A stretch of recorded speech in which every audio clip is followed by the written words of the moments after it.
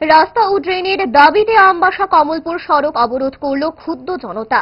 বেশ কয়েক বছর ধরে কুলাই ঘণ্টাছড়া এলাকার ড্রেনটি বেহাল অবস্থায় পরিণত হয়ে রয়েছে।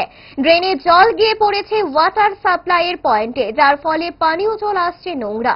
বহুবার এলাকার লোকজন পঞ্চায়েত প্রধান সহ বিভিন্ন আধিকারিকদের জানিয়েও কাজের কাজ কিছুই হয়নি, যার ফলে শুক্রবার বাধ্য হয়ে এলাকার লোকজন আমবাসা কমলপুর সড়ক অবরোধে বসে। দীর্ঘক্ষণ চলে এই অবরোধ। ঘটনার খবর পেয়ে ছুটে যায় আমবাসা থানার পুলিশ। অবরোধের ফলে রাস্তায় দুই পাশে বহু যানবাহন আটকে পড়ে। এমনকি অবরোধকারীরা ধলাই জেলা হাসপাতালে রোগীদেরও যেতে দিচ্ছে না।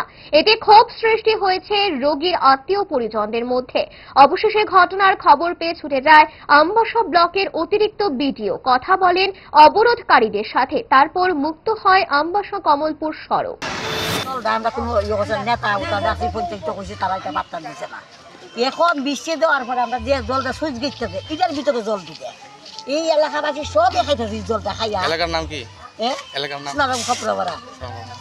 কতদিন হচ্ছে এটা? তো হয়েছে আজকে ৬-৭ বছর ধরে। তারা তো প্রধানমন্ত্রী সব আইলো, আগে দেখে গেল, তারা কিছু করছে না। প্রশাসনকে জানানো হয়েছে? ও জানানো কি কইছে? ওইটা রাস্তা দেখে গেছে তারা। তারা কইছে এটা 12 মানের রাস্তা, এটা ফিডামের রাস্তা, আমরা তারা সম্ভব না। লোকও দেখে গেছে। তো আমরা তো জনগণ আছি কেন? আমরা কি এই জল খাইয়ে মারা যেতাম? এত চাই আমরা বাঁচাই রাখতো? আমরা মারবার লিখে জেনে জল খাবার লিখে আমরা। কত পরিবার আছে এখানে 100 পরিবার উপরে আছে। গ্রামটার নাম কি? খপরাপাড়া গন্ডা ভিতরে আছে গন্ডাছড়া। কি চান আপনারা? কি চান? আমরা চাইতেছি ওই যে সুইচ গেট আছে জলের সাপ্লাই, এটি সবটি ফাঁকা করে